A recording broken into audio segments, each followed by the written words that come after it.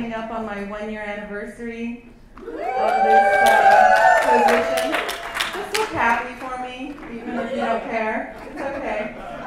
And yes, thank you. That was good.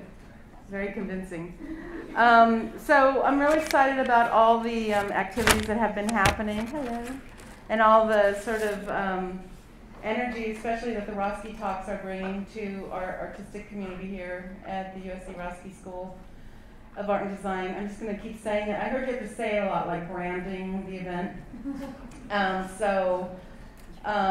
Anyway, I see people here from different programs. I see people here from outside of the USC Roski School of Art and Design community.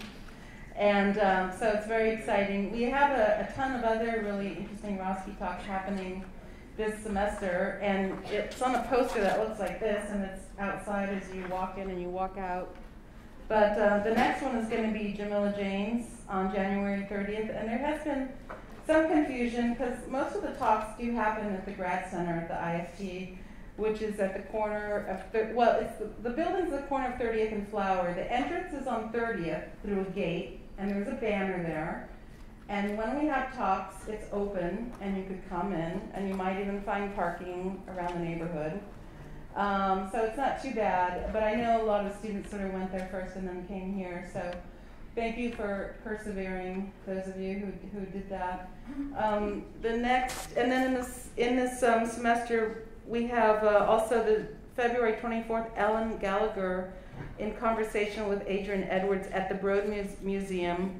And that's very, that's the only one that has a charge, but there's a limited number of free seats for Roski students. So if you see that email come across your desk and you want to go, just click on the link and put your name in, right?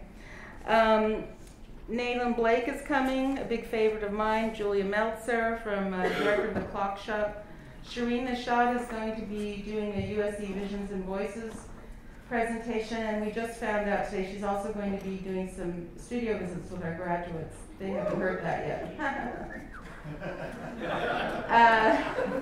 Mark Allen will be here, our own Shireen Gurgis, who's a really wonderful, she's teaching in design, but she's an amazing painter, drawer, etc., right?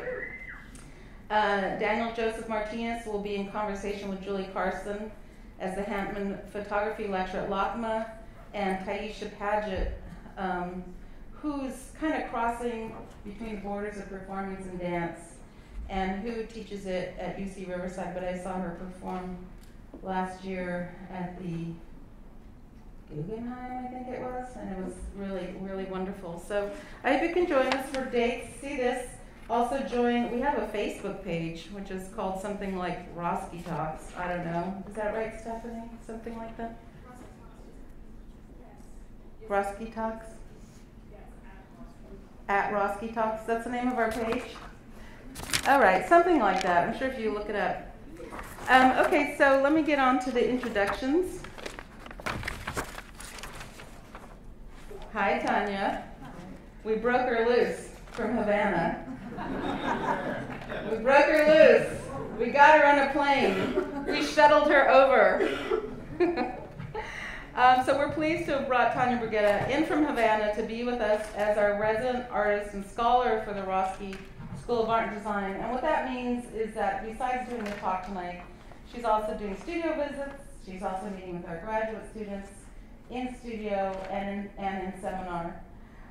For over 25 years, Bruguera has created socially engaged performances and installations that examine the nature of the political power structures and their effect on the lives of society's most vulnerable individuals and groups. I just want to say that she has a way of putting her finger on it, right? Of like turning up the heat, turning up the flame, and she's just fearless in the kind of work that she's doing, and it has continued to amaze me. Among her many accolades, she was the first artist in residence in the New York City Mayor's Office of Immigrant Affairs, a very bizarre, but I think telling, right? They created a residence in New York just for Tania. No, there were people in the Let me tell my version. Yeah. Let me tell your version. I'm sure they created it just for you, Tania. She participated in Document 11 and also established the Arte de Conducta, my Spanish is Arte de Conducta, behavior art program at Instituto Superior de Arte in Havana, which is where I met you, right, when I was a student, and I traveled to Havana, and that's when I first met Tania. Came to be part of it. That's right, yeah. And then I came to be part of it, and I did that weird thing. Anyway, we'll talk about that later. Her work has been shown in the Venice Biennale, the Tate Modern, the Guggenheim, MoMA, New York, etc., etc., etc., right? Bruguera has recently opened the Hannah Arendt International Institute for Artivism in Havana, a school, exhibition space, and think tank for activist artists and Cubans. So please join me in giving a warm, awesome welcome to Tania.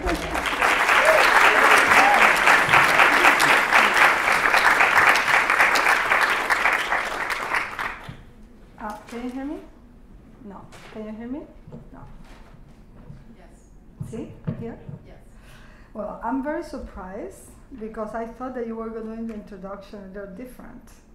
Because in this room, you are the person who have more experience in my work in the real than many people in the world. So, Colombia, Havana, and so on. But yeah, let's keep it formal. I know, okay. So today I'm going to present, I always imagine people don't know what I'm doing, so I'm presenting something very, 1, 2, 3, this is where I come from, this is the place I do. So if you know about it, you say skip it, I'll skip it. But hopefully not. Okay, so basically part of the, sorry, I want to say first, thank you so much for inviting me. I have to say that I always, if you see my CV, the most thing I've done in my life is going to schools to talk to kids like you, who think they're grown-ups, so you still are kids. No, to talk to students and to share my experiences, but also to try to, I don't know, to see what's going on and to feel maybe young again, who knows. The one thing I always do is to talk to you guys as my colleagues, my future colleagues, because you are. And I'm very happy to come here because I have so many friends here in this school, Neo, Suzanne, Amelia, there, and more people there. And I'm looking forward to tomorrow and after tomorrow to talk to you and see what's in mind and how you want to deal with Trump. So ethics for me has always been I think nobody's listening properly, right? Let me see. Here? Yeah? Can you hear me? Okay, so ethics has always been an important element of my work. It is complicated because when we talk about ethics, we always think about this kind of moralistic approach where there is a right and wrong. In my way, I don't have a right and wrong. I just have what it is. And what it is, and what I try to look in my work is for people's honest response to things that they don't want to confront. So this is more or less something we're going to talk today. And okay, so the one question I always ask myself every time, it's like a torture for me, is what is art for? And the reason for that is that I'm not so interested in the how to do the work. This I have solved. For whom to do the work, this I know what I'm doing, for whom. And at what moment I'm doing it, all of these questions I kind of have answered, but the what is art for is the one that keep coming all the time. And hopefully today we're going to talk about how I have answered that question several times. Of course, right? So I think one of the first elements that I always had to deal with is the idea of modernism, but also the idea of utility. So when you ask what is art for, I always try to find out how to reverse what we think is the status quo. And you will see a piece that I did later that is called Arte Útil, which useful art or art as a tool, in which I did exactly that. I put Duchamp's urinary back in the bathroom as my answer to what is art for. So it's useful and beautiful at the same time. So of course I have few influences. One of the influence is the Russian constructivism, and moreover, all of the things they did in order to, bring people who were not artists into art. All of the things they did in order to bring culture and art to the masses, but also to rethink how art can be useful for humanity and for society. We can talk about, of course, the instrumentalization of this later by Stalin and so on, but you know, let's look at the good part. So I think this idea of bringing, of creating a language that can be understood and be interesting for people like you who are specialists and experts on the medium, and also interesting for the people who are outside this building, is something that I always try to deal with. How can I do something that can talk to these two very different audiences? And of course, this is a paradox. I always have to deal with these two situations. One, when it seems that art is going to bring life inside the museum, and the other one where we try to bring art out into people's life. One, of course, that means that the art that brings things to the museum, it almost feels that it's being made to be looked at, because having this kind of framing of the work and this protection where you don't have to deal with the issues because everything is taken care for you and you only come to see and experience, is very different than the other option, which is art that is messy and is outside there in the real world, and you have to discover it, frame it yourself. It's not framed for you, but you have to frame it yourself and decide what are the elements that you think are important for you. And of course, that means that usually this is art to be used for something when you bring it into the real world. And of course, just to make it more ridiculous, it almost feels that the art that is to look at is easier to go into the market, and it almost feels that the art that is for the people is being seen as propaganda. So I think these are two, let's say, arguments that people make against this kind of work. When you do the work for the art world or for the institutions, oh, this is a market artist. But if you go into the streets, oh, it's a propaganda artist. So it's kind of the discussion, the kind of fighting, picking into each other's, which I think is very ridiculous, but it's things I have to deal with in my work when I do this project. Like, oh, she's in a gallery, in a museum, oh, she's already sold out, you know? Or she's in the street, oh, she wants to be so communist, you know? So I think these are things that we need to deal with in the work. And of course, Tatlin is a very, very important influence in my work as part of this group, because first of all, he didn't leave anything behind. He only left ideas behind, and the hope and the desire to create things like a building that wasn't a sculpture and in a sense that was a gesture. So I think I'm really interested in that. Of course, I come from this place, the Cuban Revolution, where it's a very important context in my life because it actually created the base of my formation, but also the killing the father kind of situation. And then, of course, one of the biggest argument of the revolution is like everything, it says here, to fight against everything that is impossible and win. I think that's very telling of who I am as well. This is why they don't like it there, because I'm a good student. So basically, another thing that we learned when I was in Cuba that I learned is that Cuba was an amazing place to defend other people's struggle, but not our own struggle. Cuba was a great place to understand that we are part of a world that need to be united for these, global struggles and global injustices. But by looking outside, we don't allow people to look inside. So the other thing that I realized is, of course, we have these heroes that are symbols for everybody else, but not for us in the same way. Because they are heroes for other people, but these are people we live with. These are people our parents work with, so we know them as humans. So I think that's something that also is part of my... And of course in Cuba everything is completely political, including religion, as you can see here. So another thing that was important is how art was used as a propaganda tool, and how, for example, one of the biggest slogan of the revolution was art is a tool for the fight. No, so I had to go all the time against this supposition that art is propaganda or art is a reductionism of the ideas, where it has to be so clear so it gets to everybody.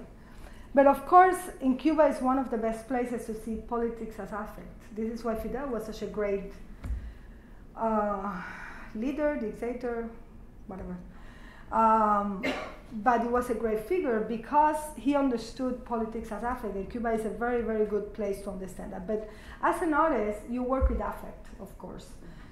But what I realized is what I want with my work is to transform that affect, that kind of madness about the world, that kind of like not being happy about what's going on around you, into political effectiveness. So this is what my work is about. Therefore, I work with things I don't understand. I work with things that are painful for me, even if it doesn't look when I'm presented. And I work with things that I cannot stand.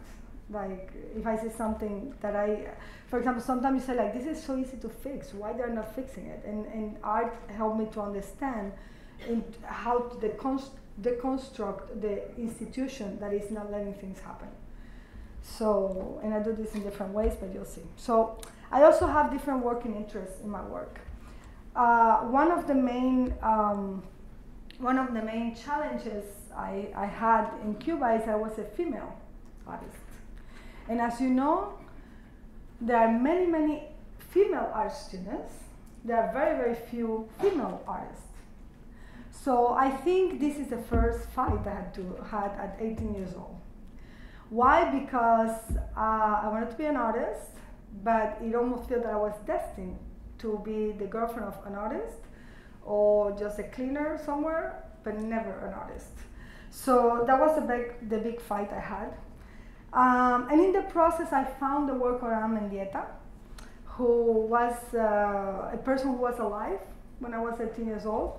And a friend of mine, Gerardo Mosquera, said, don't worry, we were a group doing art, and say, next time she comes, I'll introduce you to her. And I was very excited. I really liked her work. And then she died, or she was killed. And that emptiness got to me, and I started redoing her work as a way to homage her, but also as a way to bring her work in the context of the Cuban art history. So the first problem that I had doing that is the situation of authorship. I presented this to my graduation thesis, and I almost failed because the jury was saying, like, where is your art? Say, my art is a gesture. It's not a construction. I don't build stuff. I do gestures, social and political gestures. It took a long, but at the end I graduated with the summa cum laude because I was very good at articulating this, maybe. But it was interesting because I realized from that early on that I'm not interested in sole authorship, and that's something that come out of the Cuban Revolution also, because there you don't do art for yourself, you're aggrandizing yourself or selling or getting rich. Now it's different. Now there is a big stampede of artists running for the cash. But when I was studying, it was another moment. And then I realized that I am interested in creating collective authorship and the idea of authorship as a conversation that goes around time and people, not only one statement. Also, I realized that my idea of the role of an artist was not simply the producer, but the one that was trying to bring the knowledge of something. Like, for example, like a kind of a custody of history, in a way. And of course, it had political implication. It was very weird because when I did this work, I was 18 years old, super naive, and I did it just because I was emotional about this loss. But this loss compared with the loss of the hundreds of Cubans who left the country because censorship, and the government at the moment, at the time, decided that whoever left was not part of the revolution, therefore it should be erased. So by me bringing these other artists in this naive homage, very emotional homage, what was happening is the government was seeing how I was trying to disrupt with their politics by valuing somebody that was not part of the project. So I understood that day that with all these meetings that still happen now, that I had no other solution but that being political artists. And I'm glad because I think everybody's a political artist. Some people just try to ignore the politics of it, but everybody's implicated on that. Another piece that I did long ago was this. It was in Kisi, so it was the redoing, taking this icon and bring it to life by doing this performance on the street. And this is in Kisi is an icon that when you do accomplish the promise you promise to this icon, it comes after you. So I like the idea of the promise not accomplished. So the day of Fidel Castro's birthday, I did this on the street. And of course, there was this idea that, okay, I want to do art for everybody. But how can I do art that is not, that still have the complexity of art and at the same time the emotions to involve everybody? So that's something that happened. The other thing is, I realized there that it was a conflict because I realized that through art I could do what I could not do as a citizen. You know, I could say what I could not say as a citizen. So I think it was one of the first moments when I understood art as a leverage, as a way of pushing the boundaries, or as a tool. But of course I had this problem. A policeman came and say, "What's going on?" Because that time everybody's very tense because Fidel's birthday. And the kids say, no, this is art. The policeman was like, not trained for that question. He was like, okay, proceed. Because they don't like people doing like group manifestations or walking, and that was what it became. It became a procession. And then I realized that for me, something was wrong. It was very successful in the eyes of everybody. For me, something was wrong. It was the symbolic was not enough. Why? Because the symbolic can be manipulated. The meaning of something that is symbolic can be changed much more quicker than if you have a direct experience. But a direct experience is something you have experienced and you make the meaning out of it. But something that is symbolic assumes that everybody agrees on something, and this can be changed very quickly. So I realized I want to go direct to the core, and also I realized if I want to talk to the power, I should do something in the language of power instead of the symbolic language of culture. And then one action I did is I did a newspaper without for artists. I did several ones, and of course again I had problems. They told me I could not do it anymore, and unless I go to jail, and that was already in 2003. So no, 1993 already. So it was interesting because what I like about this piece is something that I call hyperrealism. I know it belongs to painting, but I want to acclaim that term for performance because I do things in such a way that they look like the thing, but they are also consumed as the thing, and they also circulate like the thing. So I don't want to bring something outside of their sphere. I wanted to go inside the operational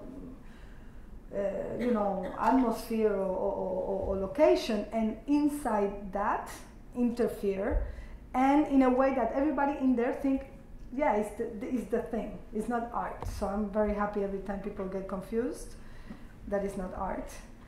And the other thing that I realized is, again, if I want to talk to power, I wanted to appropriate the resources. In this case, I start by doing press, then I did an art school, and now I'm doing a candidacy for post in the government.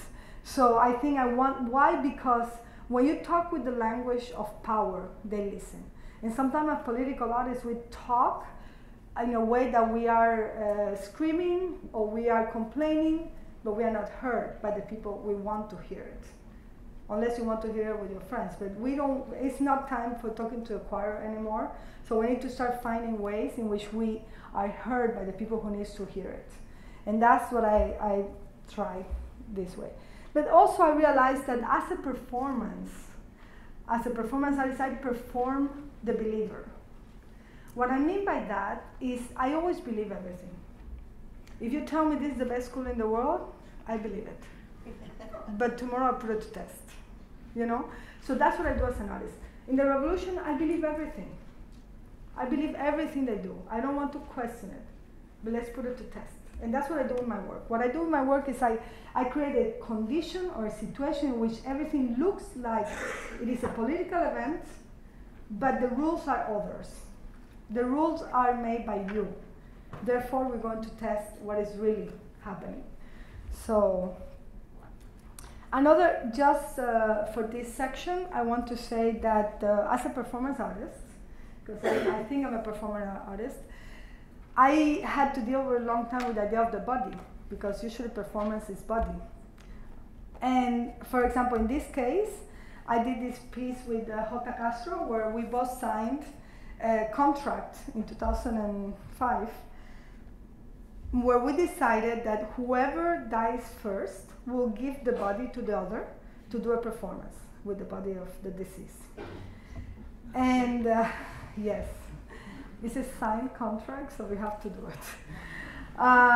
So one thing that I realized is that as an artist working with performance, I got tired of the idea of expectations. Oh, what is she going to do next? Or, you know, like this kind of like almost, I don't know how to say it, almost this desire for more, you know, this kind of voyeuristic sadism or something like this, no? So I decided I don't want to work with the limits of the body anymore. I want to work with the limits of society. So that was a big day when I decided that.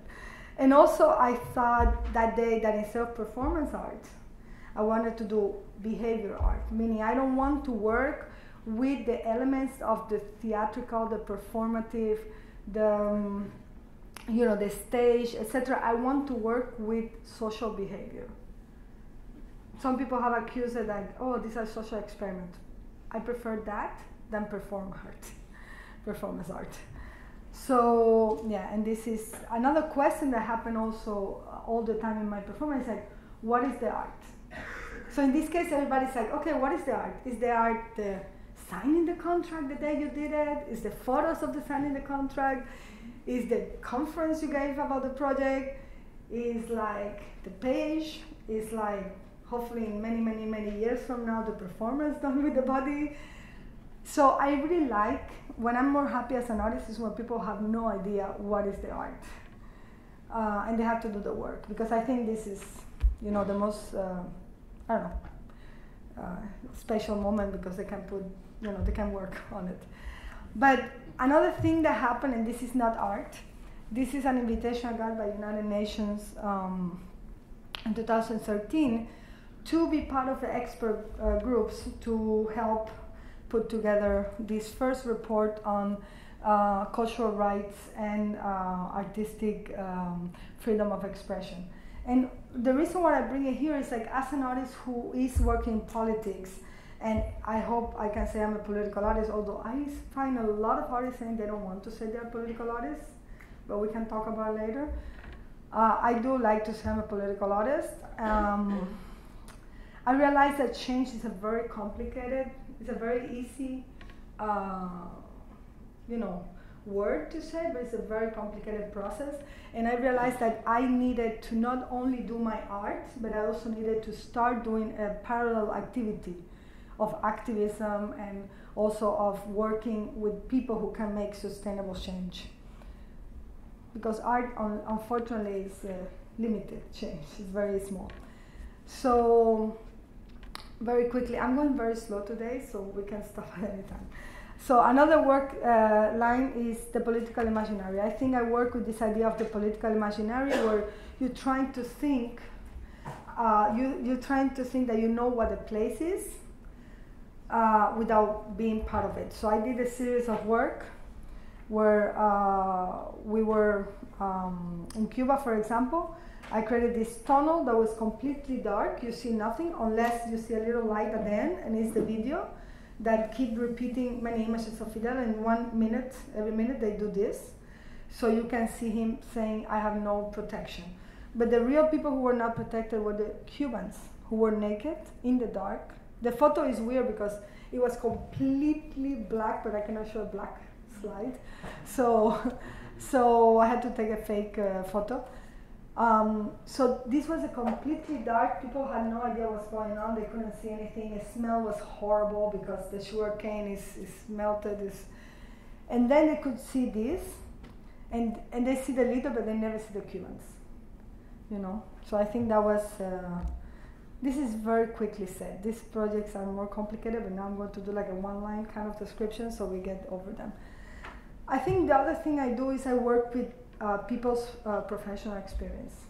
I don't work with actors, except now I'm going to do Endgame by Beckett with actors, but that's in a special project that is theater. But in my work, I don't use actor, I use professional experience. So for example, in this case, work with Bernardine Dawn and Bill Ayers, doing part of some of the conference performances I've done. I invited them to talk, and then I told people in the audience to stop them when they say something that they don't like. And it was, I don't know if Amelia, were you there? I don't know. Were you there? Well, it was this conference in art historians. And it was pretty funny because I planted, like politicians, I planted people in the audience. And it was very beautiful because then you see from the speaker, all the energy went to the audience and the speaker were raised. And everybody in the audience was discussing, and it was pretty intense. The next day, it was very nice. The next day, there was talking about somebody else presented. It was a conference. And somebody looked at me and said, was this art? Or this just happened? And I didn't want to tell because these are art historians. I wanted them to work a little harder. and then I was like, no, and then I had to confess that was all art piece. And they were like, not very happy that they didn't get it. But another example of how not to work, working with people's experience is this piece I did at the Tay, where it's basically very quickly, it's instructing the police to use their crowd control technique on the audience of the museum. And it was very interesting because they were super nice, super sweet. I was like, Jesus, the piece is not working. Because they were so good. And then, of course, one person didn't decide to go according to this, and this is not planted. This is just a person who decided to, I don't know how to do this. And you could see how immediately the police wake up. And this is something you cannot get with actors. You know, this is not, even when they were trying to be nice, they were the police. You could feel it, you know. So this is an energy that I like to work with in my projects. So another thing I do is working with political memory, which unfortunately is getting very anorexic. No, amnesic. Amnesiatic anorexic, both. Because I work with these kind of historical moments and events and figures, and more people don't recognize them. I even did a project with the Auschwitz sign, which is completely recognized for many generations. People are going to the museum, and nobody knows how I look, so I like to be in my work. And I know. I did something wrong. Well, okay, so okay.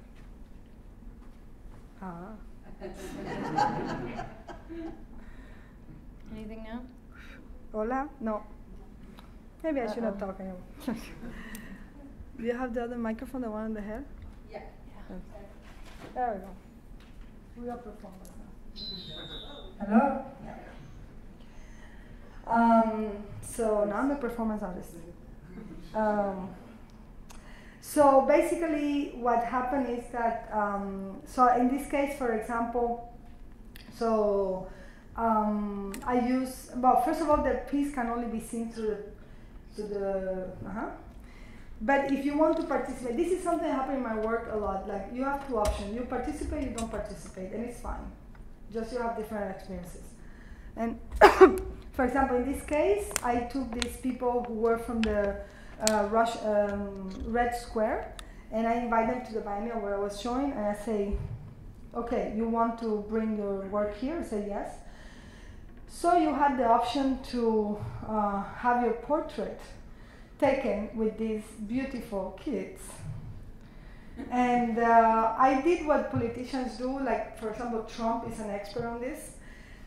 Having a spectacle here so you don't see what's happening here. So what I did is I used the spectacle of the animals. So, okay, you want one eagle, two eagle, three monkeys, one eagle and two monkeys, all these options. And people were very excited. It's very rarely you have access to have these, animals. And what happened is like, the picture was taken. You take the picture at the spot, it's printed, and then you get your family portrait. But your family portrait has one surprise element, which is the creator of a KGB photograph. And it was very interesting that people realized only after they got the picture. So this is a kind of, and of course some people were very proud of this. Another element of this project is it's called, also it's part of the political imaginary, like Havana, Moscow, Colombia, and so on. But in this case, for example, I did another thing. I did a part of this piece is it's called Trust Workshop. It's an ex-KGB person giving a workshop to people who don't trust, who have problem with trust, either the government, their family, and so on. And what I wanted to do is that because this is one of the main elements done in socialism, like don't trust anybody, But the funny thing is like, how can you show this for an exhibition? How can you show this so vulnerable process? And I didn't want to invite people to hear. Also, it's in Russian. I don't want to do it in English. So I decided that as art is an act of faith, now Trust Workshop is also a game on do you trust or not trust this actually happen? And what you've seen is actually the photos of an event that is a pure, a spectacle that will not let you see what happened behind. So, okay, another thing I do, I don't do the work the same everywhere, so I recontextualize work. So for example, this piece, who was about what you think about Cuba without even being there, meaning you want to see the leader but not the people and so on. I'm reducing this. The experience is very sensorial, but I'm saying this just for the sake of the talk. I was invited to do the same piece in Germany, and I said, I don't want to do the same piece. I want to do it related to Germany. So I say, okay, back then, Germany was all about the Nazis and the history of how people, that's something I was very interested in, how people always say, I didn't know. Come on, you knew. You don't want to know, but you knew. And I really was interested in that. And every time I do work outside of Cuba, I don't do work about the place. I do work about something that I feel related to. In this case, it's this question also happening in Cuba and other places. What happened if I pretend I don't know? So basically, it was the opposite. The other one was completely dark, and this one was completely bright. It was 50 light, theater light of 750 watts. And it was really painful experience. People really wanted to get away very quickly. They didn't want to stay 5 minutes in the piece. And the only thing you heard was a sound of here I cannot do it. There's somebody marching and cocking a gun. And people are like, okay, I got it, sound please, whatever. And then you were in the right place at the right spotlight. You could see that the sound was the original sound made by people. And the guns were actual guns. So it was very interesting, this idea again of illusion and things that you see you don't see, as a way of talking about knowledge as well. So another thing I try to do is integrate art into everyday life. I'm going to talk, I do immigrant movement. I have a project very complicated and very big, but I'm going to show very quickly. It's called Immigrant Movement International. And for example, part of the project was in Mexico, El Partido Pueblo Migrante, where I'm trying to ask for migrants' political rights. And one example of something we did there was we had 100 voceros. Voceros is a very common in Latin America, where the people selling the newspaper shout the headlines, so you buy the newspaper. So we had 100 of them walking the city of Mexico during the election time, the electoral days, shouting the rights of immigrants that we wanted. And then at one point I realized, okay, the project is very complicated, but this is one action that I think kind of contextualize what we wanted to do. And then at some point I said, what kind of way I can document this? This documentation has always been also a big question in my work. And I said, okay, in this case, the best way of documenting the work is not a photo so much or a video, but inscribe the project in the actual electoral system in Mexico. If we wanted to do a political party for migrants, the best way is to be indexing that in the right context. Not in a museum, but actually there. And in Mexico, there is a weird thing where every 6 years, they open up after the election a special moment where people can propose.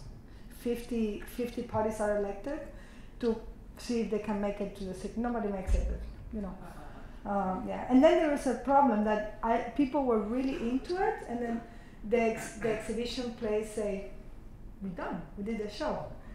So I think that's another problem that we have in social engaged art. It's like, how can you go after that, So then another thing is, I realized that because my work is so much a collective effort, and I feel like what I do is to create the condition for something to happen, and what happens is what makes the work. At one point I decided, okay, I cannot continue saying it's my work. And going back to the original idea of my dilemma with authorship, I said, okay, I should call myself an initiator because I'm the one putting something and people go after that. So an example of this is this piece I did in 2009, where I set up something that looked like somebody very important was going to talk, a politician, and it was actually nobody. And we decided that people could say whatever they want, 1 minute. After the minute, they will go away. And it was a piece that it was in a way talking about the void of power, because Fidel had just stepped down, and it was this idea of who can be the next leader. And I used this idea of the dove because for many years people thought, oh, he's the chosen one, because the dove got into him. So I decided anybody can have a dove. So we trained for 3 months. This guy is a magician. So we trained the dove for 3 months, and we put the right lighting. They react to light, they paralyze with bright lights. So they were there all the time. Another thing that happened is that I distributed 200 disposable cameras. Now you can see how aged the piece, because nobody has disposable cameras. But I gave 200 disposable camera first as a way to create an aesthetic point, because the flashes, I want the people talking, feeling the flashes. But then I realized in the process of the project that the air was getting really thick and tense, because what people were saying for the first time in public. And I realized that each camera was a protection for the people, I also have a thing, when I do my work, I allow people to take documentation, and they are allowed to sell it if they want. Unfortunately, I'm not a very successful selling artist, so they don't get so much, but hopefully one day. Another thing is, I realized if I'm not an artist, but an initiator, then I'm supposed to be a political initiator, and I think that's actually what I do. I don't talk about political situations. I create political situations with my work. The other thing is time frame. One thing I realized is it's very different to do art from short-term way and long-term. So this is the way I separate my work, long-term and short. So the long-term projects are projects in which I believe art can change something, and I try to test it. And of course, these take, I don't know, Susan is an expert on this, take 5, 10 years. But the short terms are pieces that are good for the work, that they take, like the horses, you know, you see it, you got it, you go, you know. And also one thing, I feel like the short term pieces, the process of understanding the work happens after the experience, when you go home. But the process of long term pieces, you are producing the knowledge and the concept of the experience as you go. So I think these are two different ways of operating. Other concepts I use very quickly are institutional self-criticism. I love institutional critique, but I do not like to point at the problems. I like to show that things can be done. Because it's too easy to say something is wrong. It's harder to show the people who are wrong it can be done right or different. So this is an example. I did a school in Cuba as a way to talk about the problems with art and our market in Cuba as an alternative. And of course, we invited people, we exhibit, we created different ways of showing art. And it was so successful, I have to close it. So another project that I do in this kind of institutional self-criticism is this piece I did in New York that is still going on, which is an immigrant movement, which actually also is going very well. And in a way, I transfer the project into the community. So we did many things. We did a workshop, this migrant manifesto, the pin for immigrant respect, actions. We did postcards to give to the immigrants to send their friends. We did posters in Austria, for example, flags for events in Europe, and so on. But immigrant movement is a lot of projects, and one of the projects more lately I've done is this campaign, signature campaign, where I have a postcard that in the back has a petition for Pope Francis to give Vatican City citizenship to immigrants in the world regardless their religion. And we have already like 16 or 17,000, so we want to get more. And actually 2 days ago I got from a friend that I might meet somebody who can be able to send the postcards to the Pope, so we'll see. I've been trying this for a while. Another concept I use is, I always have a problem, and this is something many of us working in social engagement, political, have. Everybody, all the critics say, and the art historians say, where's the art? Why this is art? Or where is the aesthetic of this?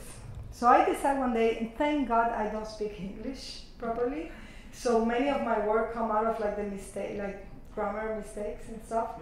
And then one day, and I see things differently, so like when I see words. So I realized one day aesthetic has ethic in it, if you change the age. And then I said, great, so I should do ethics, the ethics of aesthetics, the aesthetic of ethics. And I say, okay, that's what my work is. And then I realized that in Spanish, estética, that's the way you translate it, is est ética. Est in Latin is it is. So I say, that's perfect. So I call things estética, meaning it has ethics in it. But again, when I talk about ethics, as I said before, I don't, and people who see my work know that I'm not a moralistic at all. I talk about ethics. For me is trying to create another model for behavior, you know, an alternative world, hopefully. And I have arte de conducto, which is behavior art, as you have seen. An example is one that some people have visited here, were present. So for example, in Colombia, I did a project where, again, for me was like, why do I have to do with Colombia? And then I said, okay, a lot of, you know, Che Guevara is a hero, is a guerrillero, but the FARC are not. So I decided to do this idea of what is a hero. And then I did this panel that was really, really boring. People were very offended about this. And then this girl came out with a tray of cocaine, and people consume them. And then what happened is, like, after the fourth tray with 20 lines-ish, and it was good. I heard from people who I don't do drugs, but I heard from people who do it that it was very good, because I had to test it the night before, to make sure it was okay, because I don't want the extra problems. So then art should be done properly, no? So then for me the thing is, like, all of this was a stage for something to happen. And what happened was a criticism of the actual event itself that created this kind of happy place for everybody, but the people from the place could not enter the exhibition because it was like $50 or whatever. It was super. So it was all this tension, but also this kind of double standard of people who actually do this, but then they pretend not, and so on in the Colombia. So whatever. So the thing is, like, after it was a big discussion for me, that was the piece. What happened after, and all this processing, group processing. And the other concept, the last concept I use is arte útil, which is art as a tool. And for this, I have done different actions. One is a museum in which we think not only what is art for, but what do institutions have to do today? What are the social use of an institution, an art institution today? What are they for? Not only our work, but the institution itself. Yeah. So basically, this is the piece that they kind of created the logo for this piece, for this concept. And of course, I say it's time to put it back and use it. So I think that art might not be able to change the world, but at least it can change our political habits. Thanks.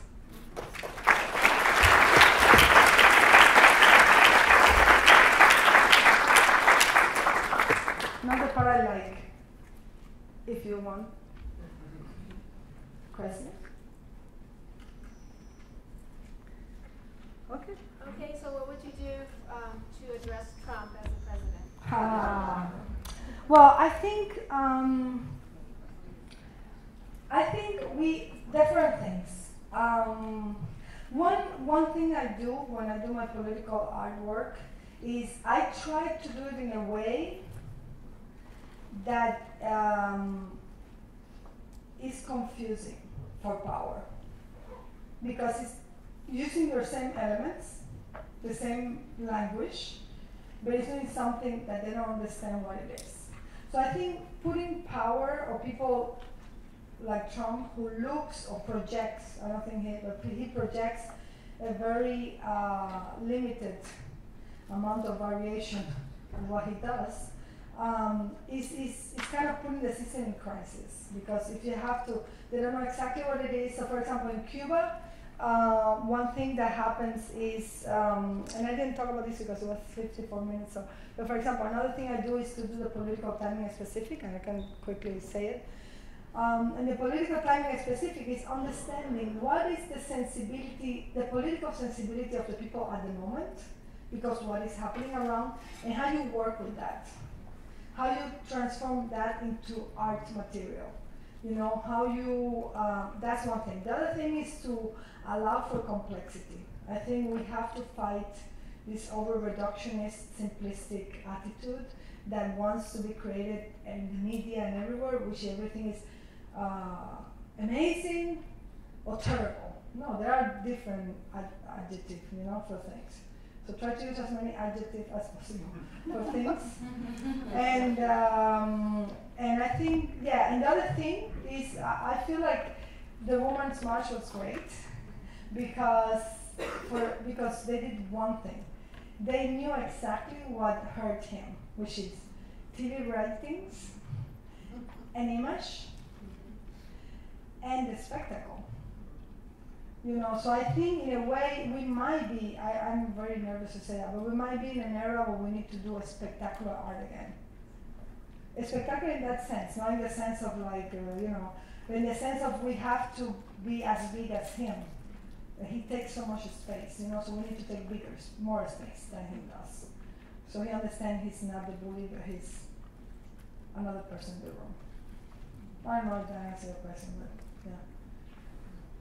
And another thing, for example, I did with the Cuba project where I got arrested and all this, was that at some point I realized in the interrogation sessions that in order to interrogate me, the interrogator had to learn who Tatlin was. Because the title of the piece is Tatlin Whisper. So she didn't know anything, she didn't understand already. Like she was like, this is not art. I'm like, yeah, this is performance art. You like traditional theater, meaning you know all the characters, you know the storyline is being repeated all the time, exactly the same no matter who's acting it. My work is performance art, so it's chaos, it's like everything is fine, there's no judgment, you know. There's no good or bad people in it. So I think that teaches me something, that we need to do this kind of political art in a way that they're forced to learn. You know, and for example, after that, I did a piece, when I realized that, I did this Hannah Arendt reading of Origins of Totalitarianism. And they were forced to read it, at least a part of it. You know, and that was amazing because I was like, that's the way they can think about themselves. So I think we should, with Trump, we should make something where he sees himself in it, not as a making fun of it, but as a serious commentary that he cannot ignore, you know? Because my fear is, it's very easy, and I cut myself in it too, making fun of something we don't like. The hard part is making what the person we don't like to understand why we don't like it and to see us. You know, and that's what is the hardest. And I think art can help a lot on that right now. So artists should be very important. Another thing, find a friend who has been already in the totalitarian regime. It's very helpful these days. So, I was very interested in the distinction you made between this idea of the interaction between the interaction between the idea of a work which belongs to the institution, the museums, like a group like here, and the street. And I know that the talk you gave played down very much how especially the government, particularly Cuba, has reacted to a lot of your work, Tatlin's Whisper. I was actually in Cuba when you did the tunnel, and then it was censored, and then Tatlin was censored. The first one was censored, the second one, and Anna Harris was censored again, and so forth. So how do you deal with this relationship? Firstly, you have a problem with Cuba itself, who you are, and whatever you've done, and how they receive you there. Then you have a reaction within you have an acceptance, I would say, within the international institutions, and then you have a situation again in the public. I know that your performance in Colombia caused a lot of ill feelings, so Latin America is a more challenging, I think, context for you. I think I have problem with authority, maybe. Okay, so the history with Cuba is complicated because I never, in the 80s, there was a group of amazing artists in Cuba who did amazing work, and I feel like I'm inspired by them more than I hate when people are like, oh, Marina Abramovic, Vito Conchi, or the other one, or the Bruce now. They're great artists, but they were not the people who formed me as an artist. So, and one thing I reacted against is like many of them did work that was not so good, but just because they were censored, it was like, wow, they were censored. So as a young artist, I say I would never use that card. I have to make art that is amazing art, and it should be looked for amazing, you know what I mean? Not to be like, oh, it's censored, that's the whole value. So it has been a big struggle for me. So when I do talks, I try not to go into that, but all of the pieces I show have been censored in a way, or are the result of negotiations as well. So it's funny when artists are like, or young artists are students are like, oh my God, I don't do the work. Well, every work you see probably from an artist is a negotiation. It's a result of something you give up, and something you take, and something, you know. So this is, yes. So the thing in Cuba that is interesting is like censorship has evolved. For example, before they were censoring the piece in the exhibition. So that's clear. Something happened, the censors come, oh my God, this is a problem. Then they decided to go before the exhibition opens. So they go before the exhibition opens and they see other work, this no, this yes, so they decide. Then they decided to start going to the studio of the artist. Because I want to make sure, because there was a problem if they take a work from the show, it's a scandal in the press. So they went to the studio of the artist and they want to look what they're doing. The problem for me now is that they are getting so insane that they want to know the piece you are going to do before you even do it. Yeah. And when I was in Cuba after all of this, I had a day when I invited people home, and I got people from the police coming and say, we don't want you to this, and this, and they describe the performance I have never had intention to do, not even imagine I would do. So this is amazing. Now they're censoring the potential thing you might imagine you will do. So I think this is a very interesting process that I've been going in Cuba. In Latin America, I think I have good situation, but the Colombia piece was extremely intense because it was it was very intense. It's really intense. It's fine. I would never work in NYU. But this is okay because I think many times we are like balancing, I want to do this, but what are the consequences, And I think I try to work with consequences. As a political artist, I always say that political artist is somebody who works with the consequences of the work. And the good thing is nobody got expelled from the university where this project was done. Nobody got hurt. Nobody got in prison. Nobody, we did all the craziness. I mean, I'm banned from NYU, but I think forever. I don't know if they remember it anymore, but we'll see.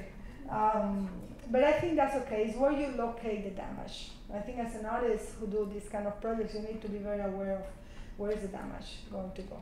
Where is the collateral damage going to go? I don't know if I answered your question. Maybe not. No, yes, but I mean, my issue is, so the thing is, how does this interaction work between, the world and the institution? The work and institution. Your work, the world at large and the museum, because there is a lot of the questions you've raised today have to do with where does lie really the nature of art in here. Yeah. So you're convinced of it. It is difficult to convince people of it, and I don't know how you feel, for example, about this audience. If people challenge you if this is art or not, or whatever, or the people in the streets, or the fact that. So it's this, isn't it? How there is this coexistence between this in and out. Mm-hmm. I think, yeah, okay. I think I try to relent. You say, relent, the moment in which people know it's art. So I think in the work I'm doing, it's very important to know how to introduce it to the people. So if you start saying, okay, we're doing art, everybody always knows art. I never lie, I never say this is just, But it's interesting where you put the emphasis. It just is another data, it's art, okay. But the most important is the experience, and when you say it's art, because many people are afraid when they say it's art, they don't know the history, I'm not equipped for this, So I think I try to downplay that as a way to communicate better. And I think the idea of usefulness, the fact that people should see a use for what they're experiencing is very important. I don't know if that answers your question, but yeah. On that same, on that same point of usefulness, I'm wondering, did people use the journal? They do. It's in the Queen's Museum. Oh, okay, cool. It is. We installed it in the Queen's Museum. And I don't know, I don't think I'm going to be successful. I'm trying very hard in MoMA. I don't think it's going to happen. I'm trying really hard, but it's not very promising. But that would be the perfect place. You have the original, so yeah. I have a question about more logistic issues like making a work, in a oppressive regime. Like, I'm wondering how to finance your practice and how do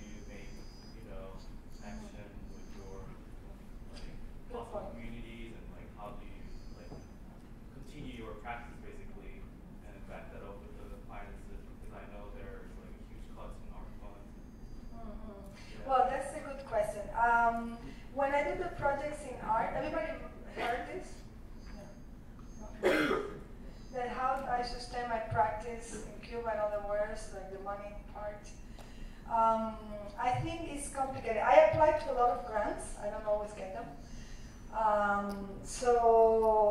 But for example, in Cuba, it was very cheap back then. Now it's getting more expensive.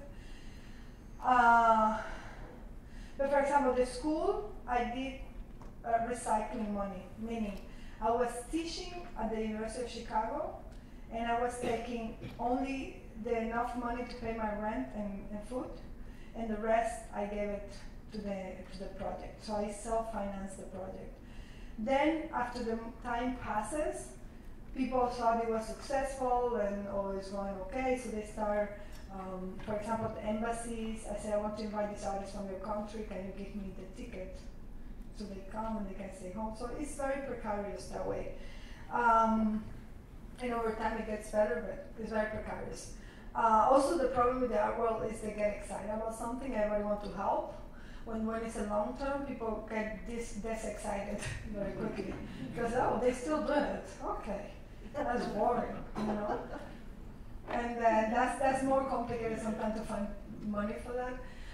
The other thing is, for example, I don't sell a lot, but when I sell, I always put the money for a project like everybody else. And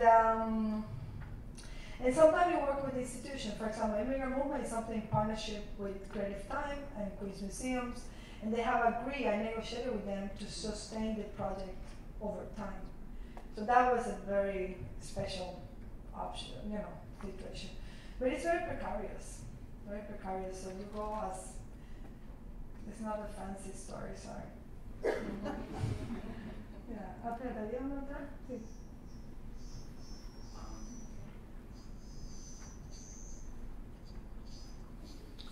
So I was really interested in how you create a context for your work, and I feel that it really plays the conversation of the artist as curator, both inside and outside of the institution. And I was really interested in hearing you discuss how you deal with it both inside and outside of the institution. For example, the one piece from the tunnel was brought into an institution, and you totally changed it based on the context. I have to make a confession. Oh, you want to? Let me just see what's going on. I think you. No, I think I have to make a concession. Really hold it like upright. Yeah.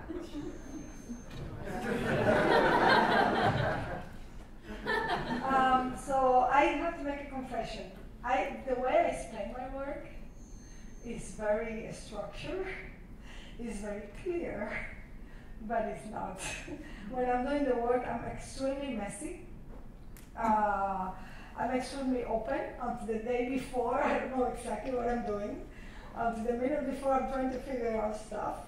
And the reason for that is because many times I'm against the institution, so I'm using all the time to fight the institution, and then, you know, I was like trying to negotiate at one point. I'm like, I'm not negotiating anymore, I'm doing it. And then I have to do it on my own. But other time it's because I want to understand the political sensibility.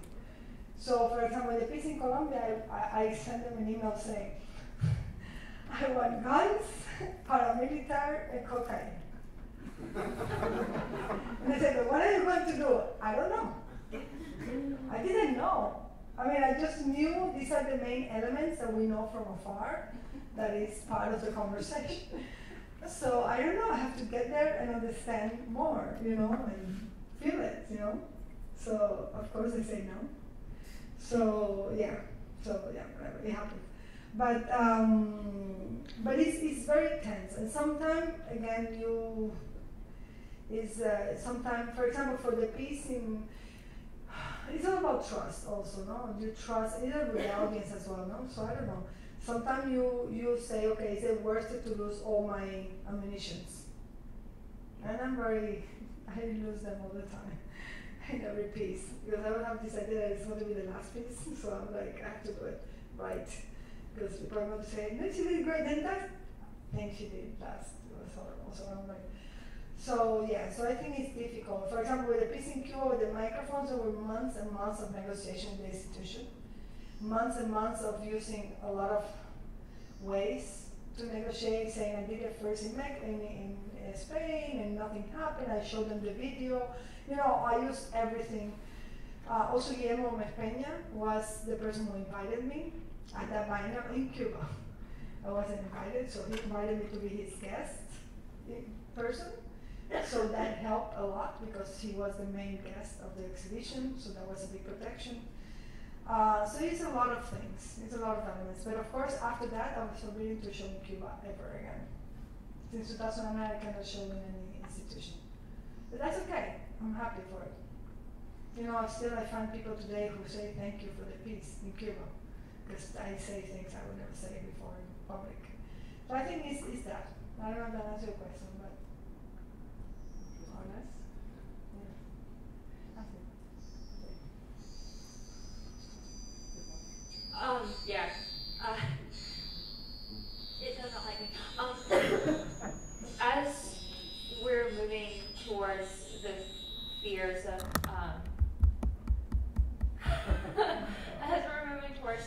censorship here in the United States, and you just talked about finding a friend to give you advice about oppressive regimes.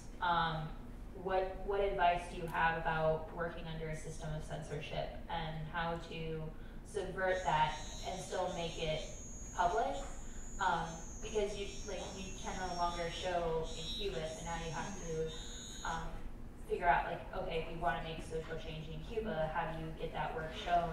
Because now you're being censored. I don't know, those are big questions and I don't have the solution. I'm just saying one anecdote, please. For example, I think you have to understand if the institution is your friend or if the institution is going to not work with you. So I think that's the first thing I always do. For example, I did a piece in France where I was invited as a guest artist to work with a collection, the Pompidou. And I said, okay, what I want to do is take all of the artists in the collection, email them, and ask them to give me permission to take their work in the collection, steal it or whatever, to copy it. And then outside of the museum, it was going to be sold for €1. And it was amazing the work the artists are also part of the institution, and they're part of the problem sometimes. Because most of the artists say no. Because you're going to devalue my work. I mean, come on, it's just a piece for a week in the middle of nowhere. It was like, well, it was a Pompidou, but it was like, you know, it was, I meant for 1 week will not change the market, you know, it's like just, you know. So, but the thing is very funny because they were all taking themselves so serious. That's ridiculous. So I think it's interesting when you talk about my institution, who are you talking about? Because we always feel institutional art is big building with people who we don't see very far. Everybody's a person. So everybody can be approached, everybody can be sensitized with the thing you work. And if not, then you do it on your own. I think one thing I have found problematic especially in the United States with students is they all want the validation of the institution. And the problem is like all of the artists you know from our history, including Suzanne, Neo, and everybody has done the stuff on their own. The big things in books that maybe I was writing about and all of you are reading, were done in a basement, were done in the street, no, I don't know where, with a friend by chance came and took the photo. You know, half of what you saw here was done in institutions. So I think it's important to take away this kind of anxiety of being recognized and do what you need to do.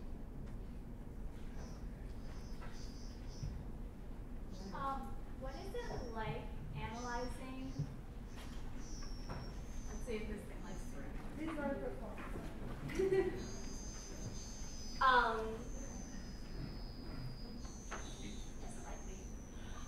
So what is it like analyzing a political situation and institution that you did not grow up in? So, example,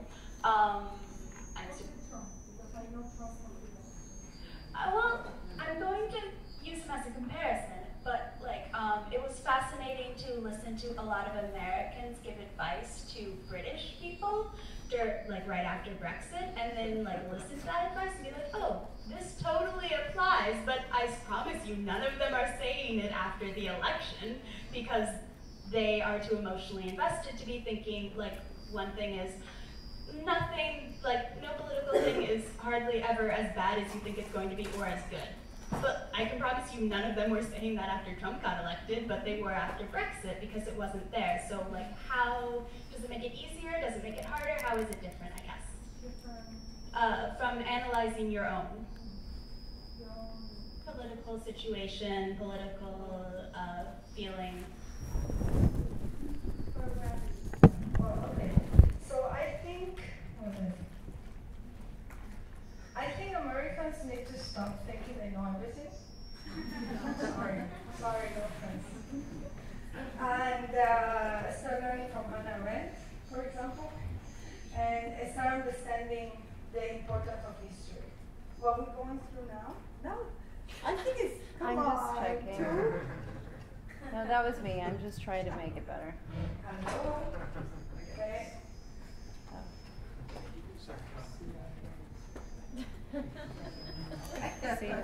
Did she take the lav mic off? That one ran out. Okay, so you see, it says anti-American thing there. Sabotage.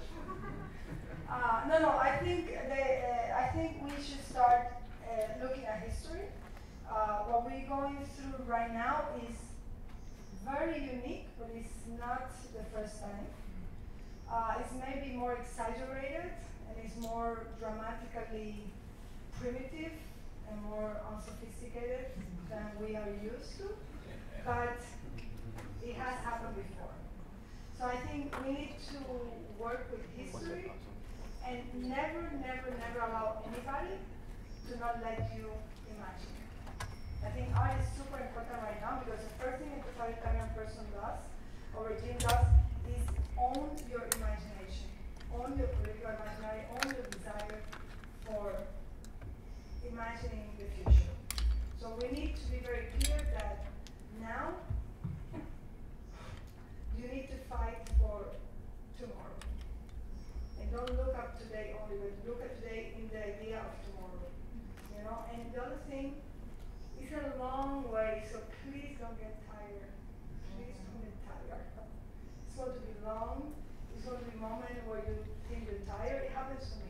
Every other day I feel like I can't anymore. Like every time I go after an interrogation session, I'm like, I can't. It's so intense. It's so, your brain is completely burned, you know. But then please allow yourself time to recuperation because you need to go on for 4 years. So do it, get together, dream together, act together.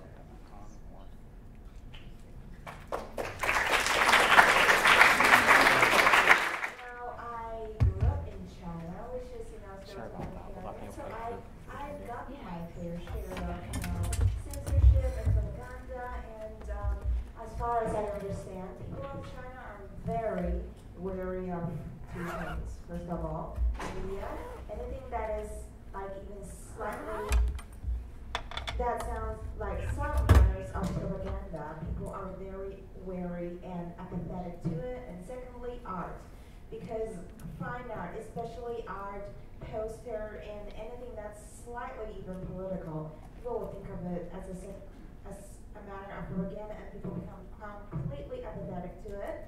So I'm wondering, like, first of all, how do you overcome this kind of apathy for those people, especially in Cuba and other countries out in Latino America, which used to be totalitarian? How to overcome this kind of barrier? And my second question is, well, you just said that you keep fighting, but as far as I can see, well, sorry for me to sound a little bit depressing, but in China, it's, you fight, but what you can hear is like there's no echo. When you're shouting, there's total silence, there's nothing decorating. Like, it's just total silence. The government does censoring on a level that is like, it totally drowns you in so many other different voices it's quite like America, where like the media is very cleverly manipulated. Like what's on the headline and what's not on the headline. It's very clever manipulation. I wonder how much a censored art piece can do and how much the influence can spread.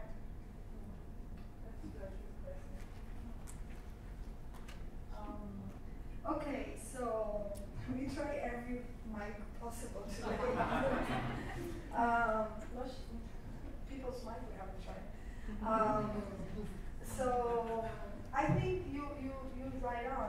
There is a thing. For example, the way I see in Cuba, which is more less advanced than in China, probably is going there. The president Raúl has even said they want to be like China. They're looking to China as a model. It's like the first thing they're doing is like the intellectual class is being seduced by money. And for example, all the institutions, like all the government's cultural guidelines are moving toward apolitical work. So it's like animals, no? They give prizes, to those who are apolitical and not conflicted. And some of the prizes are that when you go to Cuba with your friends to see art, there is a list of the artists. And all of these American people going to Cuba are seeing only one group of artists. And there is a huge fight in the art world to be in the list. Because that list means that you are going to meet the collector that's going to be the collector of your work, or you're going to meet the curator that was putting this show tomorrow in New York, or your life will change because you meet whatever. So I think this is very cleverly done, because it's a way that nobody wants to get into trouble. People think I'm crazy. In Cuba, I had people saying like, you are crazy. You have it all, and you're willing to lose it all to make a comment about what's going on? I'm like, yeah. So I think this is interesting. That's first. Secondly, they have learned the capitalist way in which if people have things they don't want to lose, then they don't do anything. They only protect what they have. So right now you have something very bizarre, which is very praised here in the United States, like, oh, Cuba has businesses, it's praised. Like, oh, Cuba is great now because that's, okay, the business people are the most reactionary people in Cuba right now because they have something to lose. So they're creating interest so people don't act to not lose their interest. That's a new way. Before it was different, but now this is the way. The other thing that happened because of that, the art that is produced is not anymore the art for the people of my generation. It's art for the collectors, it's art for the visitors, which is complicated because also it's a work that has to be translated into this non-sophisticated, non-complex way, because you can see things that look like propaganda, like a painting of Mickey Mouse with the face of Fidel. You know, this kind of like, you're like, okay, what are you talking about? What is this? You know? So I think this is interesting. And the first thing again that storytelling do is no complexity. That's their goal. Not create complex thought, complex discussion. They need everything to be very simplistic. So in our case, we don't even have media. The media is all state run. And now there are a few things on the internet, but they also don't want to get too, for example, we had something called a paquete, which is actually a Netflix in a terabyte.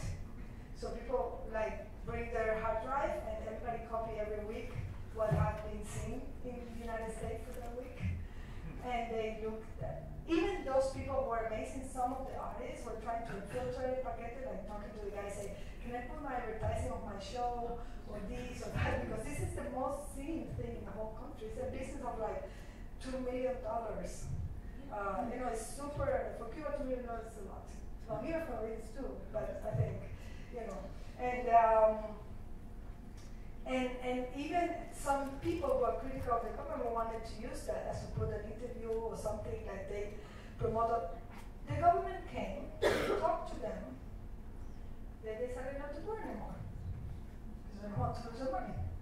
You know, so I think this is problematic, and then the artists doing the work that is not connected to the people anymore. So I think this is a problem. and this is something we should do here again, do art for the people. You know, and this is hard, but it's not paid well, but I don't know, feels like, I don't know if this is the same. Yeah, and I had another question, which is about the participants of your program, which are like, are they apathetic at first about, you know, fine arts, or are they like, you know, they get really tired of the art and propaganda, they wanna, you know, just do nothing and say nothing, because they're drowned in the voice of media and things. Well, usually they're scared. They're like, what's going on? What's going on? But I think once I think what I try to allow is a space where people feel they can do it without being judged.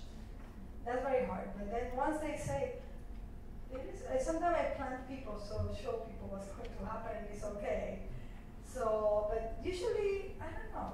Usually I think they enjoy it, although they're scared more of the time. And I work with fear as a material of my work as well. Yeah.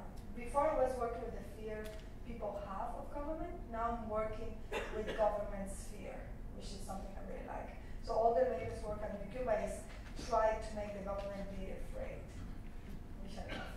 I enjoy really much. But thank you.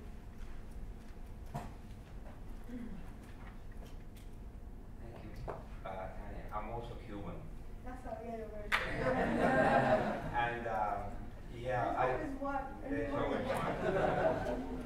And I'm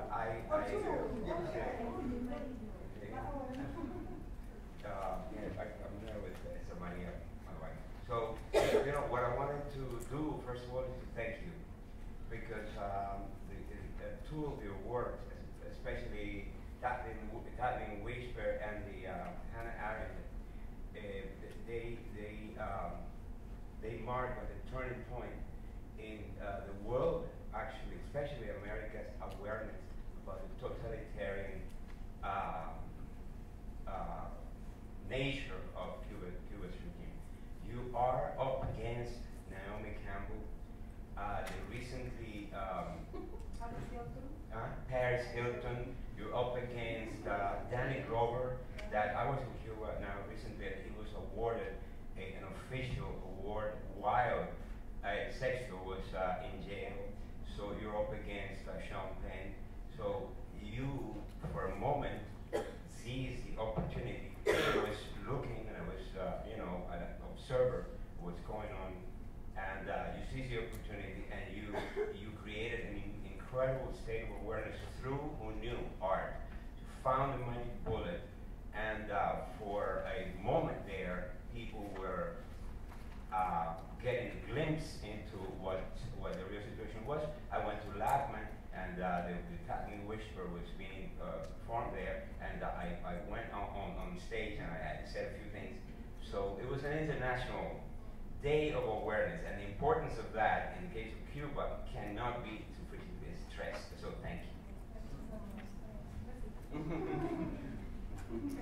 Well, I think part of this idea of okay, so the thing is that in respect to Cuba, people live in the 60s. They have not updated their information about the country. And I think because it's convenient for them. I think many times we use other places to look at what we want and show people this is what we want. And in order to do that, you cannot say all the things are wrong. So I think that's one thing that happens. The other thing is the government has changed even more and more and more. And when you say against Naomi Campbell, everybody's like, what is he talking about? And these are people who are going there. And actually, some people even suspect they're paid to go there. To make this kind of good-looking thing of the photos on the internet, Paris Hilton on the how, oh, this is so cool. Yeah, but I think the important part is to, again, have a collective conversation about social justice, which in Cuba is weird because now it's going against everything they said they were going to do. And yeah, well, I don't know how to respond to that. I can just talk. I don't know, exercise.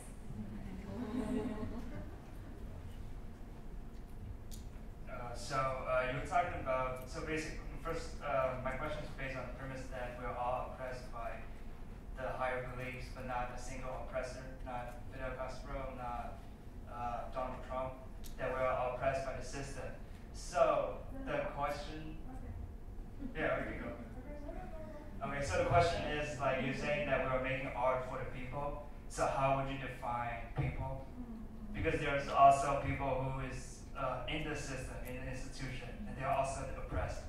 So. Well, there's two questions. First of all, I do think single people, let me not get to you back. I think single people are oppressors, and their oppression become institutionalized. So I do think this is, and of course, it is a complex thing because everybody is collaborating with this oppression. In Cuba, you don't need to censor anymore. Censorship doesn't need to exist anymore. People are self-censoring because they're thinking what the censor will say, what is the consequence, and then they decide not to do it. So I think this is where we cannot go. This is the level of when self-censorship happens, they have won.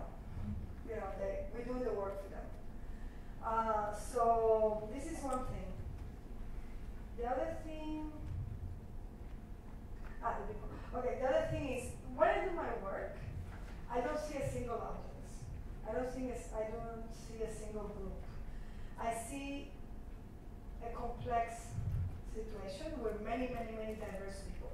But what I try to do, just to make it very reductionistic, is I try to see about the source people, the source group.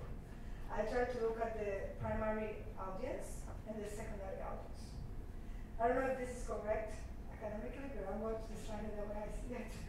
But the way I see it is like the source audience is the people who are going to be the providers of the situation, the problem, the content, the issues, no? And then you have to decide if you're going to work with him, with them, about them, within them, for them. Is the work going to be by them? So I think you have to decide what preposition you want to use before you move on. And then I have the primary audience, which for me is the people who experience the work as the work is happening. And then I have the secondary audience, or I call it sometimes mediating audience, which is people who are not known the source, they don't know what the problem is, they don't live that problem, you know, they have no idea this existed or whatever, or they don't care. They have not lived the process, the performance, but they know about it because the media, somebody came and told them, they saw a photo, they come to, or you are secondary audience.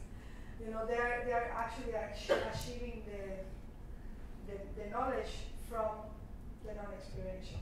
So right there you already have a varied group of people for whom the work should work. But also I think it's very problematic to homogenize this idea of people, audience. And people who work with me and know me, they know I spend more time thinking about audience and people than the actual form of the work. And many, many times up to the last minute I'm tweaking the form because it needs to go into this language of this group, you know. But I don't know if that answers your question. Can I ask you a question? Yeah. Yeah, if we put let's put a scenario into like right now. Well, I'm just saying, I know you're not American, you probably would deal work in Cuba, but yeah, what if it's in like a situation that right now we have, because Donald Trump is voted president, so there's a great number of people, American people who voted for Donald Trump, and when you are, like, how would you address these people? Like, in what way would you? I agree. I think that's a good question. I don't agree with you. He was not elected by the minority, but just a detail, maybe. I think you're right. I think we need, and somebody to ask what we should do now. I think that's exactly what we should do. We should talk. We should stop talking to the choir. The choir should be singing to these other people. And the way I work with them is trying to understand not what they're thinking, because you can never know what people think, but how they operate, how they behave, and what are the things that triggers them. And for example, it's funny, now I know what the police security is going to do before they do it. I know, it's very weird. Like, I know exactly how they behave and what to do, you know, and it's interesting.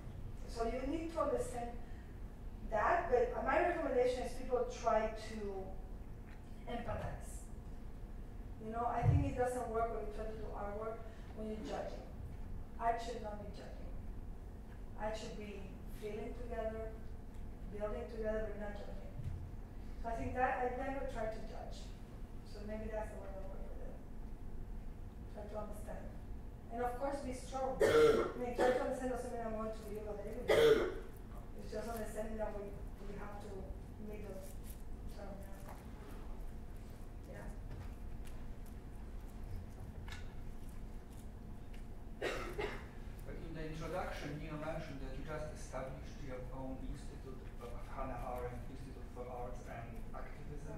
Would you please elaborate a little bit on it? And my second question related to this one is what is your relation with official institutions, art institutions or academic institutions in Cuba? Do you get any support? You mentioned a couple of French-American art historians. What about the Cuban art history? So this question, the second question, is related to this, your own institute of art and activism, or is it somehow connected with any official structures in Cuba? Thank you. Well, at the moment, I am not, I mean, I'm forbidden to enter the institution I teach for 12 years. ISAC, I'm forbidden to enter, literally enter. Like 2 years ago, I went with my students from France, and they were entering. I say, I wait for you outside in 2 blocks from there. And when they were entering, they say, are you the students of Tania? You cannot get in. So not even me, like the students of, you know. So I think it's very weird. Yeah, I cannot show. It's very complicated. Like, for example, for the first time I entered the National Museum when Anthony Montano was giving a talk. And it was only because Anthony made that a point with the institution, and he called me from the director's office to say, you have to come, I want you to be here. And that was, if more people use their power, things will be different. And that's a good example. I get in and I even talk, because they were saying something outrageous, and I said, no, sorry. They were saying that the censorship in Cuba is the same as anywhere else, and I'm like, no, it's not the same. So I make several examples. But I think that's the thing, people don't understand the power they have. So yeah, foreigners unfortunately go to Cuba to enjoy the ego boost. The government is so good to do at people. For example, the only time I entered Cuba after all of this that I was not detained at the airport was the one time that they had the Artist Critic Association, International Critic Association meeting in Cuba. I was like, I entered, I was ready for the interrogation at the entrance. And I was like, it was weird, like to be ready and nothing happened. And I was like, I said, oh, I'm not being interrogated. Okay, weird. Okay, so I entered, okay. And then I realized this was happening in Cuba. So they didn't want anybody talking to me, and I said I just was attending at the airport, you know, so that was very clever. But it was interesting because before, people assume, this is also interesting, people assume everything is fine because nothing has consequences in other places, everything is funny or whatever. And they invited me to say, oh, then we're going to do this, you want to come? I said, yeah, we would love to come to the sessions. I swear to God, I didn't want to make any problem. I just want to go, you know, I like going to lectures. So. And then the woman came to my house. This is from the International Art Critic Association, which I was being a prize before, okay? Came to my house very sad and say, you know, Tania, I don't know how to say this, but they told us that only, it's so full that nobody else can go in. But you already, before this started, a week ago, you make my post, like, Tania's going to say, well, the problem is that, how can I say it? Well, it's only for art critics. I said, that's impossible. There are 5 art critics in Cuba. It's going to be for artists in general, or, you know, literature. Well, I don't know how to say this, and it's embarrassing, but they told us this would be a problem if you go. So this is the problem, you know? People don't use their power because they always think, I don't know what they think. Whatever. But then it's funny because then what they did in Cuba was to use that moment to give the prize of the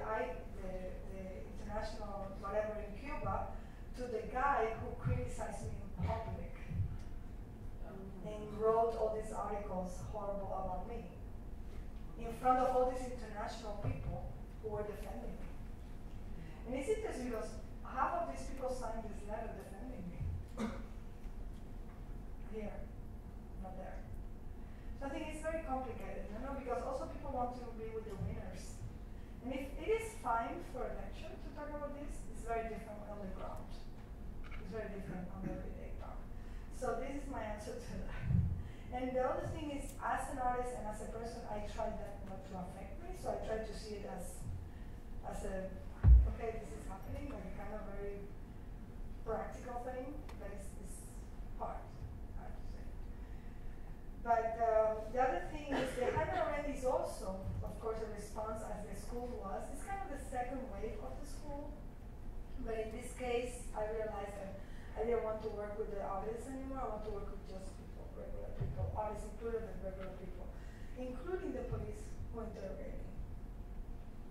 And they're welcome to come because they wanted to understand what freedom is. Because they also don't know what it is. So the idea is to, in a country that is also saying that they have done a literacy campaign where everybody knows how to write and read, I want to teach people how to read what they want and write what they think.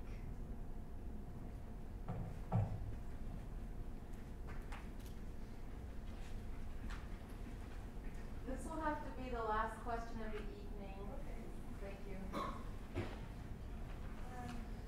Well, my question is, just because you deal with a lot of political opinions and things going on in the world, and I'm sure that brings up like a lot of emotions and things about Trump.